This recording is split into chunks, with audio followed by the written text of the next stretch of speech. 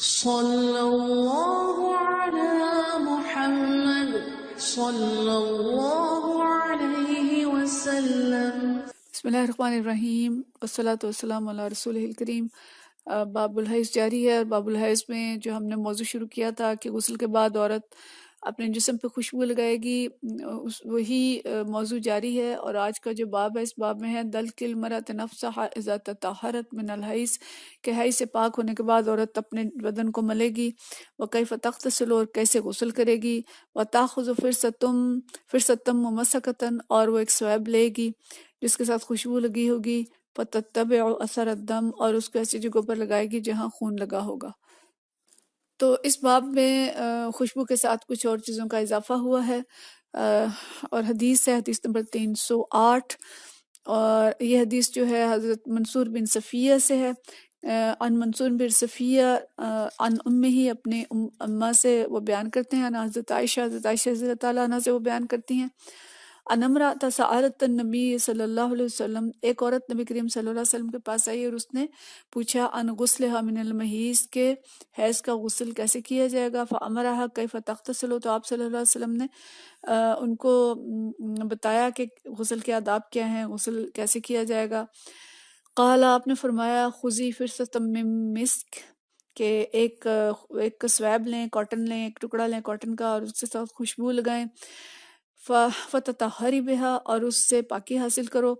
قالت، انہوں نے کہا کیف اتطہر، وہ حیران ہوگی کہ بھئی ایک روئی کے ٹکڑے سے میں کیسے پاکی حاصل کروں۔ قال تطہری بہا، آپ نے فرمایا اس سے پاکی حاصل کرو۔ قالت کیف، وہ پھر پریشان ہوگی کہ کیسا، قال سبحان اللہ تطہری، پھر آپ صلی اللہ علیہ وسلم نے فرمایا سبحان اللہ، بس پاکی حاصل کرو۔ فاجتبستها الیہ، حضرت عائشہ فرماتی ہیں میں نے اسے اپنے قریب کھینچا، فقلت، اور کہا تتبعی بہا اثر الدم، کہ اس کو لے کے تو جہاں پہ خون لگا ہوگا وہاں پہ لگاؤ، تاکہ وہ خون کا جو اثر ہے، جو اس کی بدبو ہے، وہ دور ہو جائے۔ اسی طرح کی حدیث آگے ہے، اس کو بھی پڑھ لیں، پھر ہم ان کا جو معنی ہے اس کو دیکھتے ہیں۔ یہ بھی باب ہے غسل محیض، کے حیض کا غسل، اور کہ کیسے اس کا غسل کیا جائے گا۔ ان عائشہ، حضرت عائشہ رضی اللہ عنہا سے ہی روایت ہے، ان امرأۃ من الانصار، انصار کی ایک عورت تھی، قالت النبی صلی اللہ علیہ وسلم، اس نے آ کے نبی کریم صلی اللہ علیہ وسلم سے پوچھا کیف اغتسل من الحیض، میں حیض سے کیسے غسل کروں۔ قال خذی فرصۃ ممسکۃ فتودعی ثلاثا، کہ ایک ٹکڑا لو روئی کا اور اس سے خوشبو لگاؤ، اور آپ نے یہ بات 3 دفعہ فرمائی۔ ثم ان النبی صلی اللہ علیہ وسلم استحیا، جب اس عورت کو سمجھ نہیں آئی تو نبی کریم صلی اللہ علیہ وسلم کو دوبارہ بات کرنے میں حیا آ گئی، فعارض بوجہہ، اور آپ نے اپنا چہرہ پھیر لیا، اور قال تودعی بہا، پھر آپ نے فرمایا کہ اس سے پاکی حاصل کرو۔ فاخذتها فجذبتها، تو میں نے اس عورت کو پکڑا اور اپنی طرف کھینچا، فاخبرتها بما يريد النبی صلی اللہ علیہ وسلم، تو میں نے اسے بتایا نبی کریم صلی اللہ علیہ وسلم کی جو مراد تھی کہ اس سے آپ کیا چاہ رہے ہیں۔ تو اب یہ حدیث مختصر ہے، جبکہ جو مسلم کے اندر اس کے بارے میں جو حدیث آئی ہے وہ طویل ہے، اور اس میں جو تفصیل آئی ہے وہ بھی انہی سے ہے، حضرت منصور سے ہی، جو حضرت عائشہ رضی اللہ تعالیٰ عنہ سے روایت کرتے ہیں کہ عورت جو آتی ہے نبی کریم صلی اللہ علیہ وسلم کے پاس، ان کا اسماء بنت شکل ہیں، ان کا نام بتایا گیا ہے، تو انہوں نے آ کے جب غسل کے بارے میں پوچھا تو نبی کریم صلی اللہ علیہ وسلم نے جو تفصیل وہاں پہ آتی ہے کہ وہاں پہ آپ نے فرمایا کہ عورت جو ہے وہ پانی لے غسل کا اور اس میں بیری کے پتے ڈالے۔ اچھا، بیری کے پتے اس دور میں صابن کی جگہ پہ استعمال ہوتے تھے، سمجھ لیں کہ اس کے اندر کوئی ایسی خاصیت ہوتی ہے بیری کے اندر، جیسے میت کو جو غسل دیتے ہیں اس میں بھی بیری کے پتے ڈالتے ہیں، کہ اس کے اندر کوئی صفائی کی خاصیت ہے، یا واللہ عالم اس کے اندر کیا چیز ہے کہ غسل کے لیے استعمال کیے جاتے تھے، اب بھی لوگ کرتے ہیں کہ بیری کے پتے اس میں ڈالیں اور پھر اس سے اچھی طرح سے پاکی حاصل کریں۔ اس کے بعد سر پہ پانی ڈالے اور سر کو خوب اچھی طرح ملے یہاں تک کہ پانی بالوں کی جڑوں تک پہنچ جائے۔ اس کے بعد پھر اپنے اوپر پانی بہائے اور پھر مشک لگا ہوا روئی کا ٹکڑا لے، اور پھر آگے جو ساری تفصیل حدیث کے اندر آئی ہے۔ مطلب یہ ہے کہ غسل حیض کے لیے عام غسل سے بڑھ کے اہتمام ہونا چاہیے، جسم کو اچھی طرح سے ملنا چاہیے۔ ہم پیچھے پڑھ چکے ہیں کہ جو جنابت کا غسل تھا اس کے تو بارے میں کہا گیا کہ بس اتنی مقدار میں پانی ہو، تھوڑا سا پانی ہے تو اس سے بھی غسل ہو جاتا ہے، کیونکہ اس سے مراد ترک کرنا ہے اور ایک دفعہ پانی بہا دینا ہے۔ لیکن جو حیض کی گندگی ہے یہ زیادہ ہوتی ہے، اور اس میں جسم کو اچھی طرح سے ملنا ضروری ہے، اور آگے ہم حدیث پڑھیں گے کہ جس میں سر کے بالوں کو خاص طور پہ کھولنے کا حکم دیا گیا ہے، وہ ہم آگے جا کے پڑھیں گے کہ بالوں کو اچھی طرح سے کھولا جائے اور جسم کو اچھی طرح سے مل کے دھویا جائے، یہ غسل حیض کے لیے ضروری ہے۔ اب یہاں جو صحابیہ آتی ہیں نبی کریم صلی اللہ علیہ وسلم کے پاس اور آ کے غسل حیض کا طریقہ پوچھتی ہیں، صحابیات کو دیکھیں کہ جو علم دین کا شوق تھا اور اس میں وہ جھجکتی نہیں تھیں، کبھی تو خود پوچھتی تھیں، کبھی عائشہ رضی اللہ تعالیٰ عنہا کے ذریعے پوچھتی تھیں، کبھی کسی دوسرے ام المومنین کے ذریعے، کبھی اپنے شوہر کے ذریعے، ایک سمہر رشتہ دار کے ذریعے پوچھواتی تھیں۔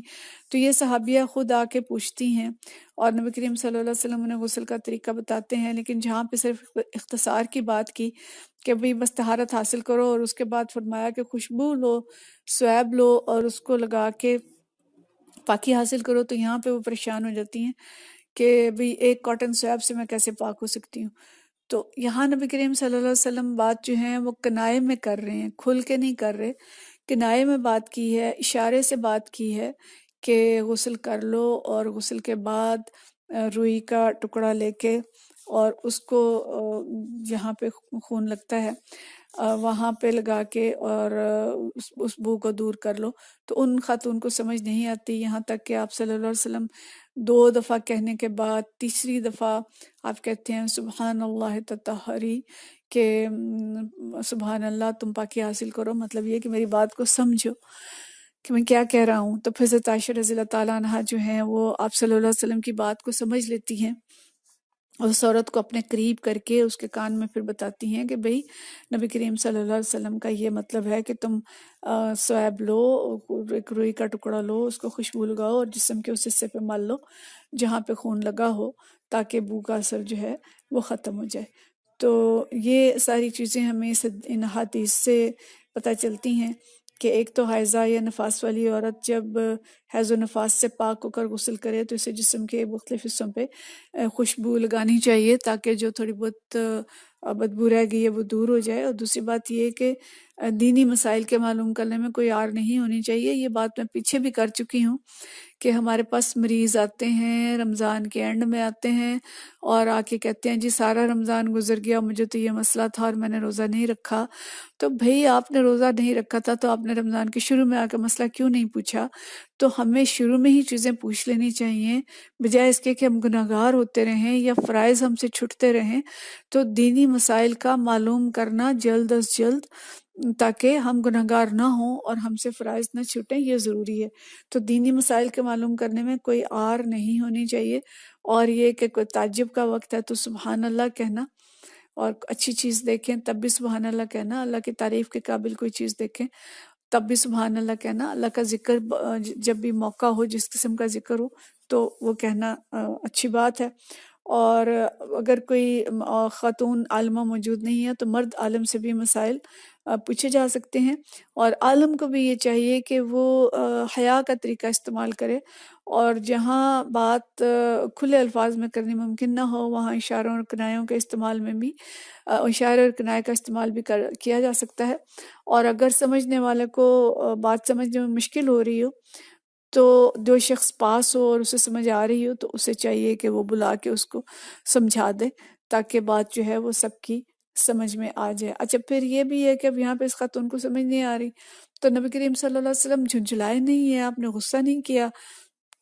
آپ نے اس کو ڈانٹا نہیں ہے کہ اتنی سی بات سمجھ نہیں آ رہی، بلکہ آپ صلی اللہ علیہ وسلم کو حیا آ گئی اور اپنے خود منہ دوسری طرف کر لیا اور زیادہ سے زیادہ کہا تو سبحان اللہ کہا۔ آپ صلی اللہ علیہ وسلم کا اخلاق جو تھا اتنا کریمانہ تھا کہ کسی سائل پہ ناراض نہیں ہوتے تھے اور اچھی طرح سے دین سمجھاتے تھے۔ تو ہمارا بھی رویہ یہ نہیں ہونا چاہیے۔ ہم اپنے بچوں کے ساتھ بھی بہت جلد گھبرا جاتے ہیں، بچہ ایک دفعہ سوال پوچھتا ہے، دوسری دفعہ تیسری دفعہ اس کو ڈانٹ دیتے ہیں، اور اسکول کی پڑھائیوں میں تو ہم دیکھتے ہیں کہ ماں باپ بہت پٹائی کرتے ہیں پڑھاتے ہوئے کہ بیچارے کو سمجھ نہیں آ رہی ہے، اس نے کوئی غلطی کر دی ہے، ایک تھپڑ لگایا، دوسرا لگایا. بعض والدین تو بہت زیادہ سختی کرتے ہیں، تو یہ یہ طریقہ جو ہے درست نہیں ہے. اپنے بچوں کو پڑھانے میں، اپنے دوسرے لوگوں کو دین سکھانے میں تحمل کا مظاہرہ کریں، حسن خلق کا مظاہرہ کریں، خوش اخلاقی سے اور اچھے طریقے سے دین بھی سکھائیں، دنیوی تعلیم بھی دیں. لوگوں کو ہم بیزار نہ کریں دین سے، لوگوں کو اپسیٹ نہ کریں. لوگ ایسا نہ ہو کہ ہمارے روب اور دبدبے کی وجہ سے دین سیکھنے سے رہ جائیں اور ہم سے سوال پوچھنے سے ہچکچا جائیں کہ جی اس سے تو سوال پوچھا تو چڑ جائے گی اور چڑ جائے گا، یہ جو عالم دین ہے. تو اس طرح کا رویہ نہیں ہونا چاہیے. دیکھیں ایک چھوٹی سی حدیث سے ہمیں کتنی تعلیمات ملتی ہیں کہ نرمی کے ساتھ دین سکھایا جائے. اخلاق کریمانہ نبی کریم صلی اللہ علیہ وسلم کی سنت ہے، وہی اخلاق ہم اپنائیں اور ہم دین دوسروں کو سکھائیں اور مسائل جو ہیں وہ سمجھائیں. لیکن بہرحال اس حدیث کا جو موضوع تھا، اور یہ حدیث جو جس باب میں آئی ہے کہ حیض کے بعد خوشبو لگائیں، اور اس سے یہ بھی پتہ چلتا ہے کہ عورت کا اپنے شوہر کے لیے کس طرح سے پاک صاف ہونا اور اس کا خوشبو لگانا جو ہے وہ ضروری ہے تاکہ گھروں کی فضا جو ہے وہ اچھی رہے. تو ان جنرل بھی اور خاص طور پہ بھی اپنے شوہر کے لیے تیار ہونا، اس کے لیے زینت کرنا اور اس کے لیے پاکی حاصل کرنا جو ہے یہ اللہ کا حکم ہے. رسول اللہ صلی اللہ علیہ وسلم نے یہ طریقے ہمیں سکھائے ہیں. آج کی دنیا اور آج کی عورت جو گھر میں تو گندی مندی رہتی ہے، لیکن جب گھر سے باہر جاتی ہے تو سج سنور کے جاتی ہے. گھر سے باہر جاتے ہوئے اس نے میک اپ بھی کرنا ہوتا ہے اور کپڑے بھی بدلنے ہوتے ہیں. تو اسلام کی روح کے خلاف ہے. گھر کے اندر پاک صاف رہیں، گھر سے باہر جاتے ہوئے تیز خوشبو نہ لگائیں. ڈیوڈرنٹ تو گھر کے اندر بھی لگائیں اور باہر بھی لگا سکتے ہیں، اور گھر سے باہر جاتے ہوئے زینت کو چھپا کے جائیں، لیکن گھر کے اندر زینت کریں. اپنے شوہر کے لیے زینت کر کے خوشبو لگا کے اور پاک صاف ہو کے رہیں تاکہ گھروں کے اندر اٹریکشن ہو اور گھر سے باہر اٹریکشن نہ ہو. گھر کے باہر کے مردوں کے لیے اٹریکشن نہ بنے، اپنے گھر کے اپنے شوہر کے لیے اٹریکشن بنے تاکہ گھروں کا نظام مضبوط ہو اور خاندانی نظام مضبوط ہو، خاندان قائم رہیں اور اللہ کا سایہ جو ہے ہمارے پر قائم رہیں اور طلاقوں کی شرح کم ہوں اور اللہ تعالیٰ لطف و محبت جو ہے وہ پیدا کرے اور اللہ ہم سب سے راضی ہو، ہم اللہ کے احکام پہ عمل کرنے والے بنیں. اللہ انشاءاللہ تعالیٰ ہماری زندگیاں خوبصورت کرے گا اور آسان کرے گا. وآخر دعوانا ان الحمدللہ رب العالمین.